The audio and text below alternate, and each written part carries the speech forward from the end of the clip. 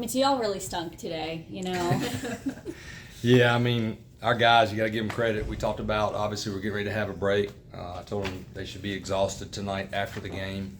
I don't know how exhausted they are because nobody expects to have 2 games, 7 innings, but we played well. Pitching set the tone. It was all about Ben Peterson. So happy for him, senior, hard worker, started the year in our weekend rotation.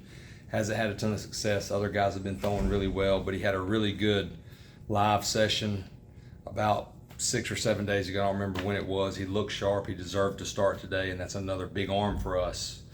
Losing Folger Boaz, it can really help us down the stretch. And other than that, it was just a complete team effort, and that's what this is. It's a good old-fashioned ball team, and they're fun to coach. How big was it to have a pair of games like the ones you just had, given the fact that you're off this weekend? Yeah, no doubt. And, we had that bad taste in our mouth. We felt like we had a chance to get that sweep, and we didn't get it.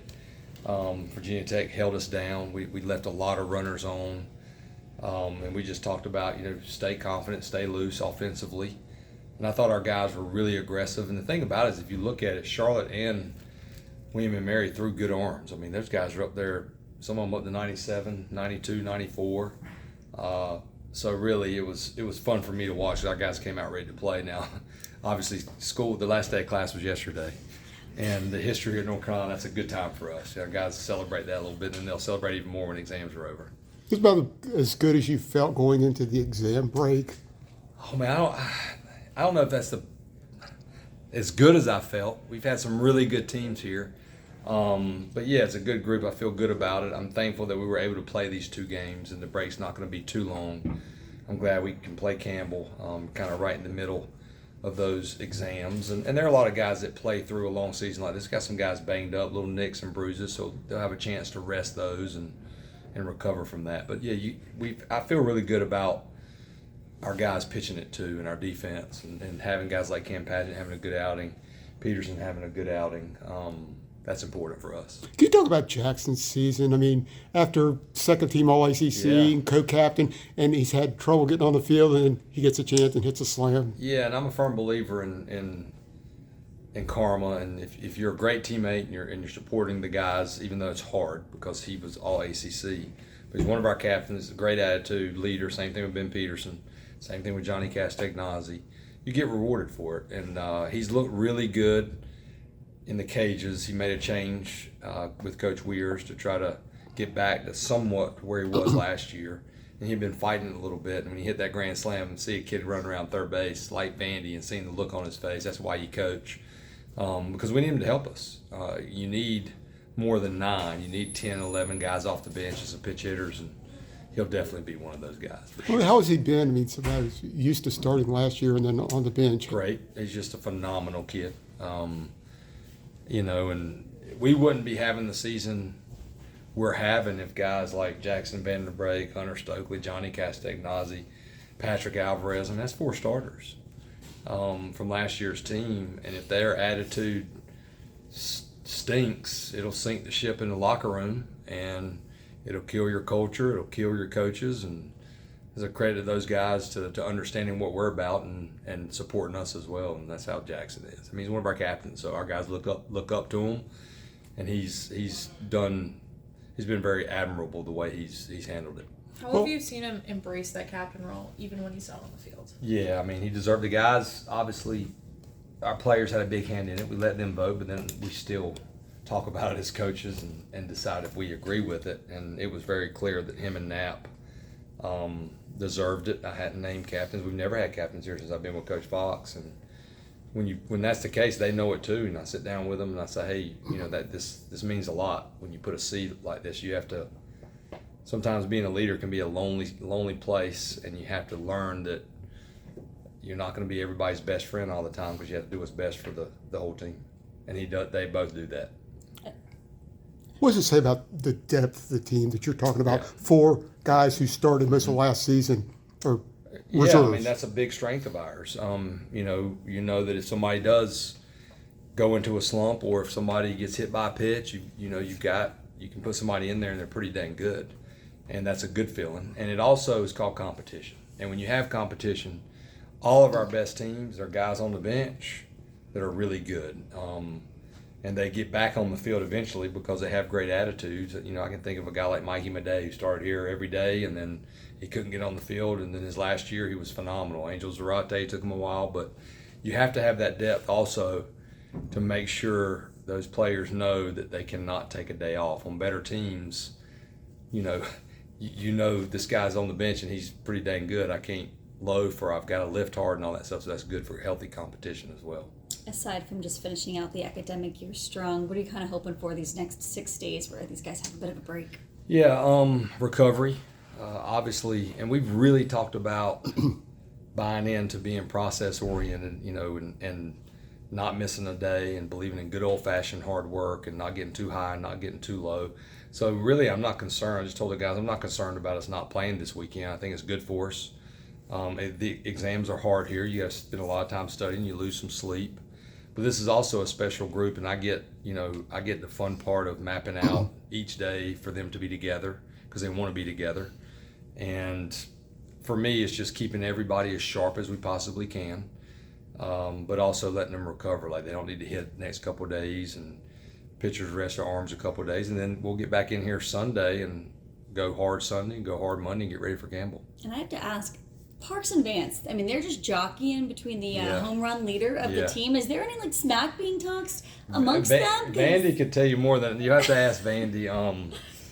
Yeah, I mean, no doubt they've got major power, and you don't see that much power to all fields. That's why they are leading our team in home runs. I texted Parks last night. That was his 50th, career college home run.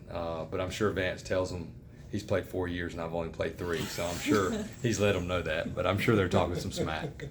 You ever had back-to-back 10-run rule wins? I have no idea. I've got a really good memory, I feel like, but man, I don't have that good a memory. Because you know what? Probably not, because this is a newer thing. And you hesitate to agree to it because you want to reward your players or your pitchers, and you want to play 9 innings. But it's kind of where we've gone as all coaches, for the most part. We talk about it before the game, and if both coaches agree to it, you do it. So really, we haven't had much of the 10-run rule unless it's been in a tournament. So it's a new thing in our league. It's mandatory in the ACC on the weekends, and we've kind of brought it into midweek as well. Does this game for you confirm putting Vance the 1 spot and Madera in the 6 spot? I mean, it definitely confirms Vance in the leadoff spot. I like that because I kept thinking about being a pitching coach all those years. When a guy like Vance is walking up, you're like, man, just like that, we can be down 1-0. But if we walk him, he's gonna be on second base, and he can steal third base. He's still gonna be down 1-0. So I still think Madera can hit anywhere in the order. He's got one of the best eyes on the team, and no fastball overmatches him.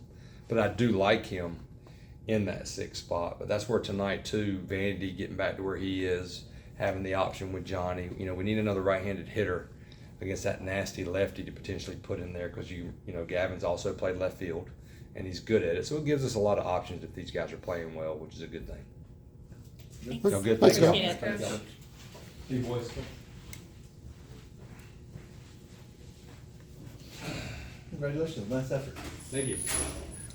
It's Pete that stinks, not me. Hey, Jackson, can you talk about your emotions in this season? You were starter, second team All-ACC last year with the influx of talent. It's been hard to make the field. How's this season been for you?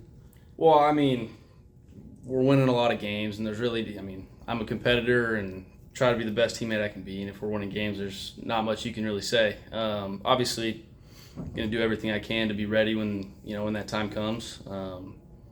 But I'm not worried about myself. I'm gonna keep being that same guy no matter what. There's a lot of student athletes that would probably take a different approach if they weren't seeing the field as much, or maybe be a little bit more selfish. Coach called kind of your outing today a karmic outing, just because of how great you've been. What allows you to kind of take that approach and that mentality? Yeah, I'm obviously an older guy, and we have a really talented young group of guys, coming in behind us, and it's stuff we talk about all the time. I talk about it every day, and I just need to be as good of an example as I can be for those guys. And again, like I said, just whenever the time comes, be ready to get in there, and if not, then be the best guy in the dugout. How good did it feel out there today, kind of having those moments? Felt really, really good. Not really much else I can say. Felt good. How have you embraced your captain role even when you're not on the field? I mean, coming into the year, like when me and Napper found out that was the deal, I can speak for him too, but it's something that we both take a lot of pride in.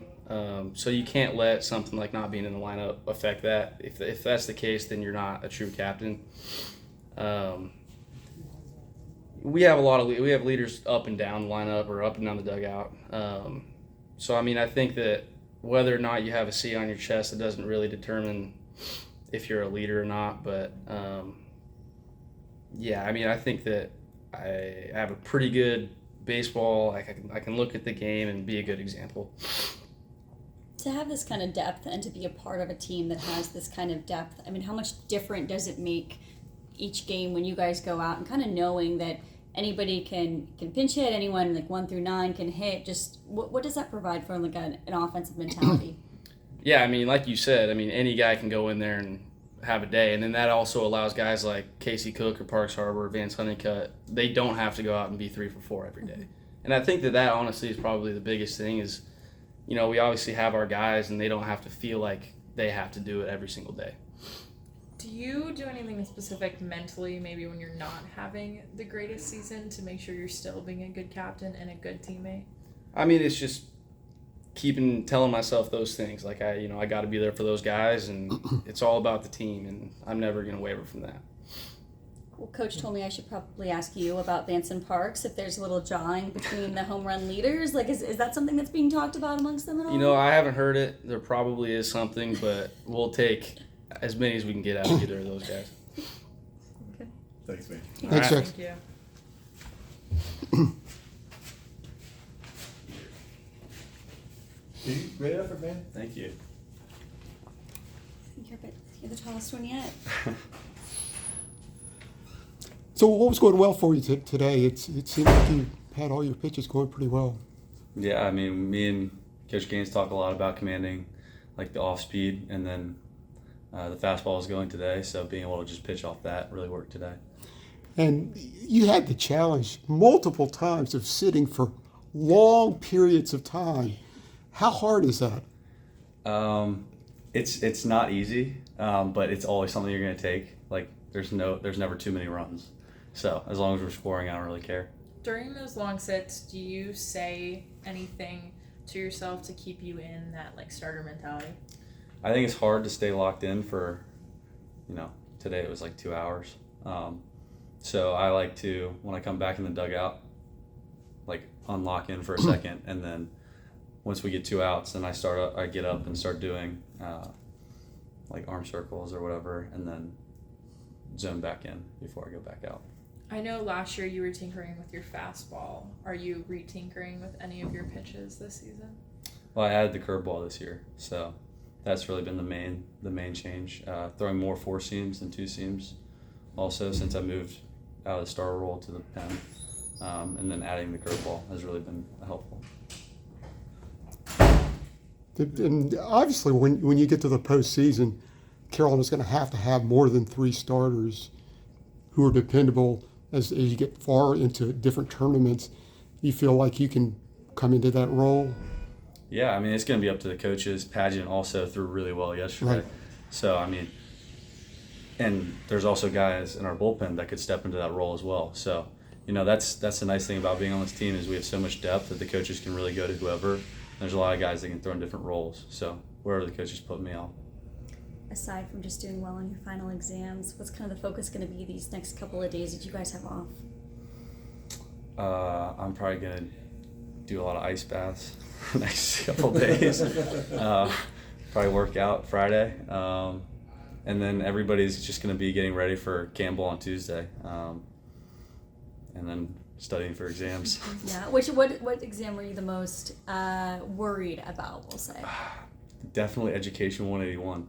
That's gonna be cumulative, and me and Alex Madera have that class together, so probably gonna have to study for that one. What's the study method that you do? Like, do you do note cards? Are you like a highlight guy? Like, I'll look at the Quizlet.